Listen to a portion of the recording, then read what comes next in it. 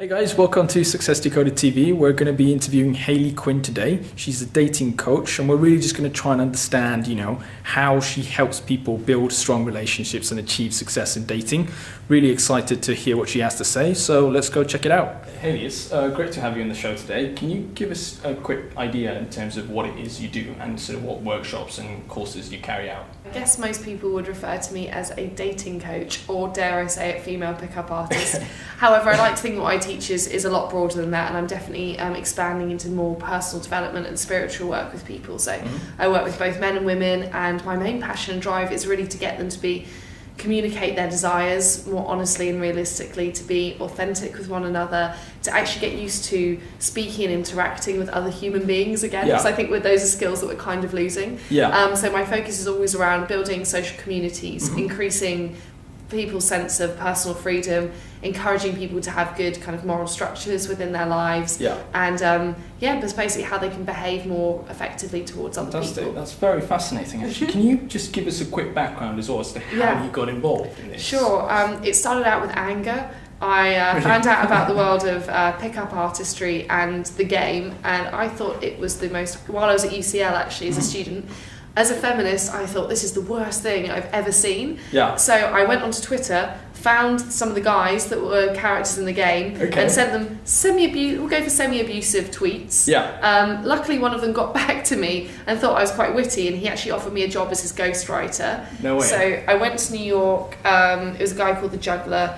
Went to New York, lived and worked with him for a period in time. Eventually decided I wanted to get out from behind the scenes, and came back to the UK and just started working for the main dating companies, and eventually splintered off. So you got in with anger, you say. I mean, how did you sort of turn that into something that was actually, your positive? Because it was that's the thing that's really amazed me about the personal development and the dating communities, is that I couldn't have really approached it with a more negative mindset. But as soon as I started to actually encounter the people that were coaching, and also the clientele, that I was like, literally, I thought these people are wonderful people. They're not seeking to do anybody any harm here.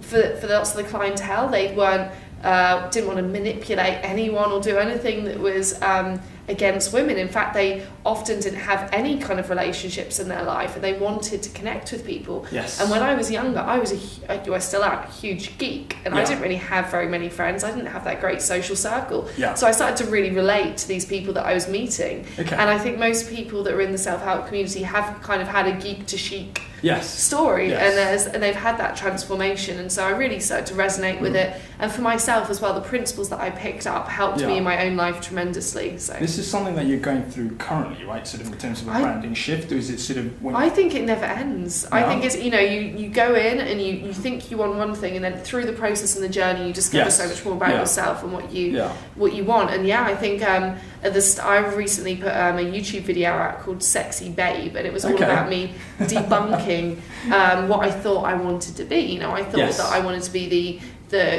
probably because I was awkward at school. There was some kind of revenge. Again, there's a revenge motive that runs through all of this. I think I wanted to be that attractive kind of female presenter type, and when I was younger, I wanted to present that very that dating. I mean, the women in the personal development dating coach world are generally very attractive, and they teach this very specific kind of advice. And the further I went into that, the further I thought, hang on a second, if I'm putting myself up here on this pedestal, I'm just part of the problem. Like, I'm reinforcing the fact that women and men should be judged on physical appearance, or perhaps how much money they have, and all these things that actually detract from real life connections. And then when I was working with my clients, I realized the work that I was focusing on was more spiritual or more mindset based. What sort of clicked it for you though? I mean, because when did you realise this change?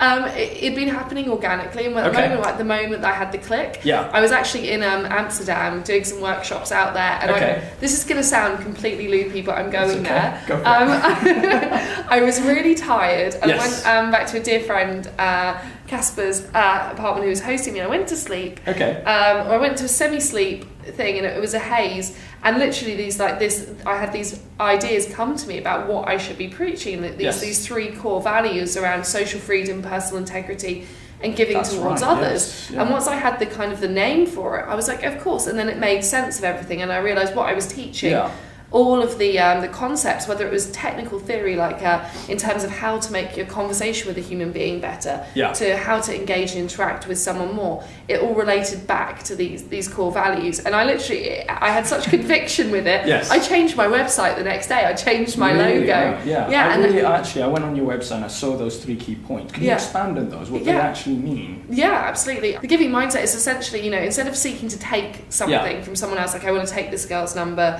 I would like to. I think lots of people see sex as a taking activity, by the way, something they have to sneak and somehow coerce out of the other person. Again, conversationally, things like shooting a lot of questions at a person, it puts a lot of pressure on them. Whilst instead of you seek to just give a lot of value to the person that you're engaging with, lead the conversation, give them the benefit, give them personal freedom, give them personal choice. That's a very powerful thing that you can do, and it also helps to alleviate a lot of the things that prevent people from meeting other people. Personal integrity is having a strong sense of self, knowing who you are, what you stand for, what your boundaries are, what you believe in. Lots of people haven't got a clue, and I think when you figure that out, decisions in life become easier because you have a reference point, and also it helps to create trust because people know they're in the presence of someone who knows who they are. And then social freedom is all about, I think, re-establishing that sense of community, of realising actually this world that is around us, we all act and behave in a very set way that we've been socialised to, but we don't need to. Why do you think we don't have social freedom currently? Or there is? I think that lots of people are on autopilot generally most of the time, and they get up and they're in a routine and they're almost funneled through life, whereby they do, they go through the education system, then they go through a job, and the job has a hierarchy in it that they're working their way through.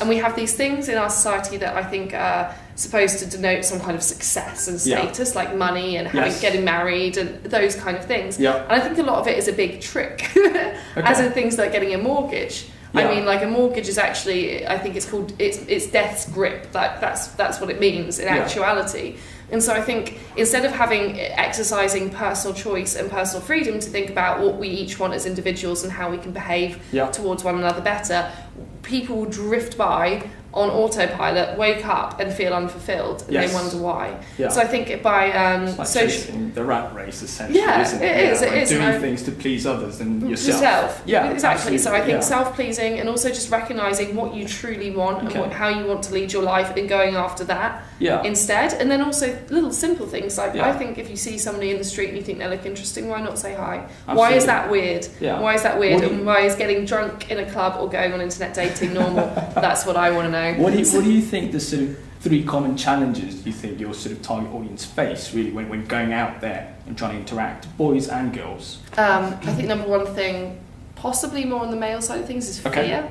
Just fear of being rejection, fear of being judged, fear of other people hearing what people are doing and casting their opinions and aspersions on them. So I think fear is got to be the huge driver there. I think people feel a tremendous pressure from time as well, because I think we believe that we're supposed to hit certain milestones at certain ages, and I think part of this, I have no proof of this whatsoever except anecdotal, is I look back to my parents' generation. By the time my mother was my age, now 26, she'd already got married, she'd had me.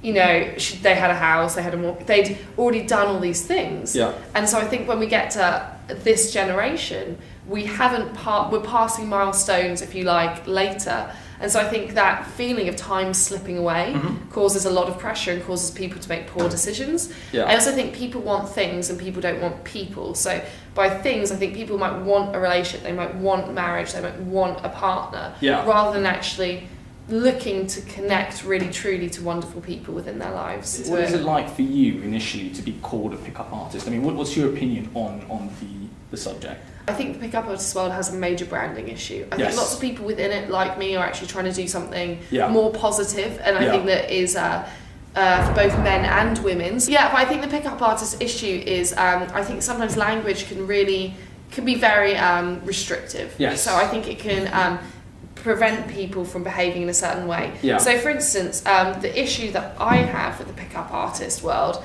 is that they'll talk about things like targets, or they'll talk about things like women being targets or objects. Or HB night, hot babe night. I mean, as soon as you start labelling people Yes. according to who they are and what they are about. You know, instead of going, oh, that's a human being, instead of saying that's a target. Yeah. Not only does it obviously objectify the woman, but also to the man it's negative too, because suddenly he believes that he has to learn all this stuff, like what lines, routines, ways of behaving in order to get this prized object. When in fact, if you go, hang on a second, how about you just recognise you're a good human being, she might be interesting, you go and chat to one another, you get good at being open and sharing and communicating, and then maybe you'll connect as human beings, and if you don't, no big deal, because there's lots of other people out there. Absolutely. To me, that's a healthier way of thinking about it than constructing a system, which I think the other thing that I dislike about it is marketing, basically. I think anything that markets to people by putting a sexy babe on the front cover that's naked and says,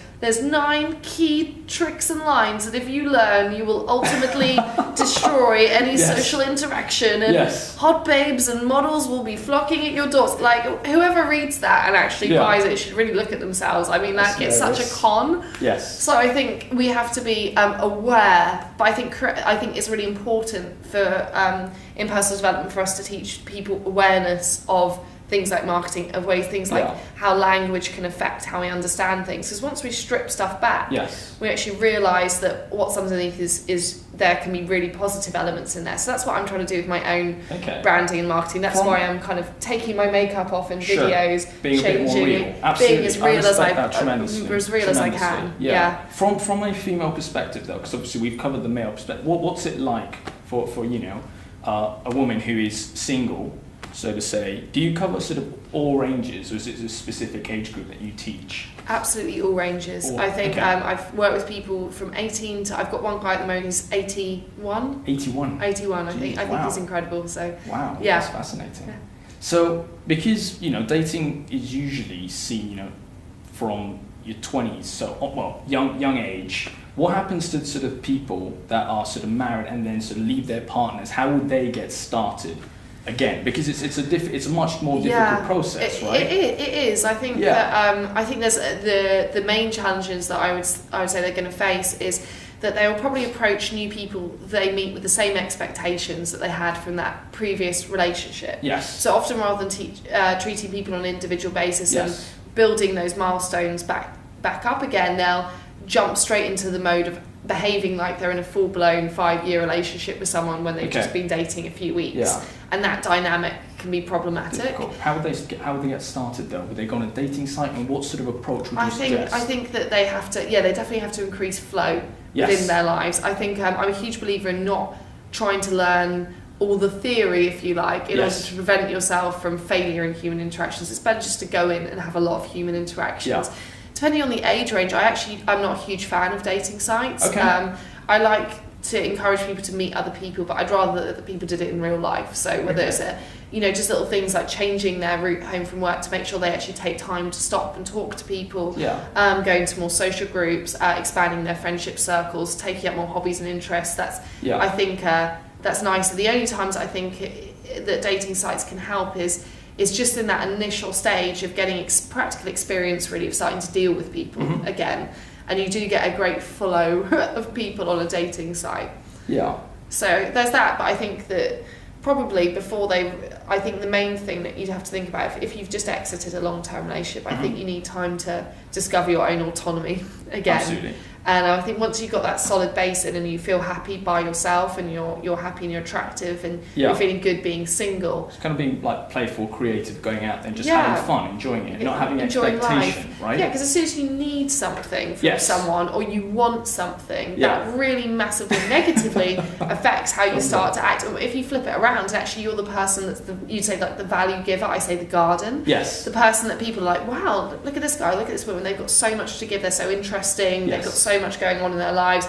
I would love to be around them more because they make me feel amazing, they really understand me, and they're a cool person. That's a much better game to start playing rather than chasing. If there was sort of like a secret to sort of get into this industry or dating for anyone that's sort of interested and really master it, what would you say it is? Is it just be yourself, or what sort of advice could you... I think that being yourself takes a lot of time and conscious effort, I think. And you have to feel very self-assured in order to do that. I think if you wanted to work in the dating industry, I mean, I regret not I did a psychoanalysis as part of my degree. I regret not focusing on psychology because that has been a prohibitive factor in terms of my work getting the credentials that I think it deserves. So I think if you have an academic basis, great. What's more important is that practical real life experience, the field work, you know. Okay, can you expand a bit more? Yeah, I mean, that's the difference between theorising about it, writing fantastic articles about it, rather than actually going out there and doing it yourself, possibly on camera, and having that litmus proof of years of experience. I also think to be a coach is something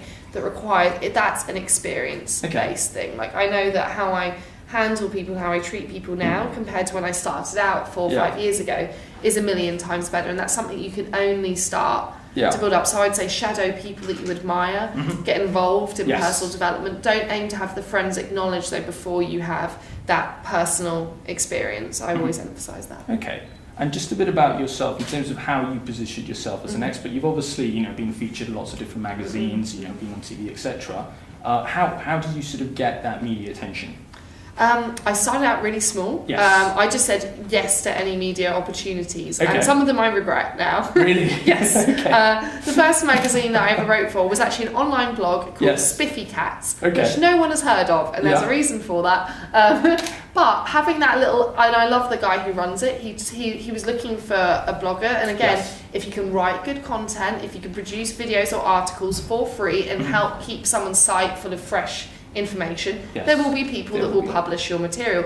And you start small, and then you go to other people and say, hey, look, well, I'm already writing this stuff for these guys, it's good stuff. Then eventually people will take chances on you. But people also, I think, particularly with media, they like a sure bet. So as soon as you've got one thing, it helps you to get more and more and more and more. And you have to be relatively aggressive about going about it. Can I just put this out? I do not have any desire to be a celebrity. It would just, if I get more well known, I think it helps my message and my brand. Absolutely, I truly believe that. And the second you go in there, and like I remember I went in there like a couple of years ago to my first round of like TV meetings.